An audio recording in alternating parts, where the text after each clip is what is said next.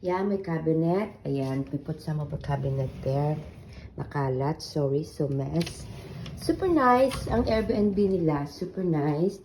This is the bathroom. Super nice and clean. Lahat kompleto. Tapos, fully book lagi to pag summer. Summer, fully book siya. Ayan yung suitcase namin. Yan. Ang ganda ng kanilang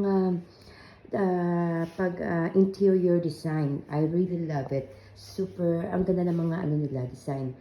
Ang kulang lang is yung mirror dito, whole body mirror. They should put it here or here. But anyway, maganda pa rin, super. Kompleto yung kitchen. And then there's a washing machine at the back. You can wash your clothes anytime you want. And then, there's an extra garden, at the back. Ayan. Ayan. Malapad siya. Ayan. This is Airbnb, diba? This is good for friends.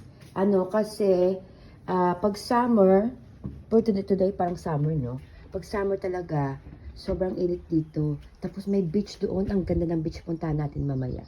So, pag summer, this is fully booked. At saka medyo pricey. Pero, of course, medyo pricey, pero the best. May barbecuehan. Tapos yung sa taas, maganda rin siya. Doon kami nagka-coffee yesterday.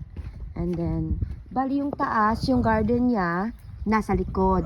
Tapos yung mga tenant na dito sa baba, ito yung garden and coffee area nila. And then, that's the washing machine. You can wash your clothes anytime. Dito kami nag-barbecue kahapon sa likod kasi medyo marami kami kahapon. Ayan. Oh, diba? Ang ganda. Super lapad. Super nice. Okay. Yes, sir. I don't know if I have the keys upstairs, but you can sit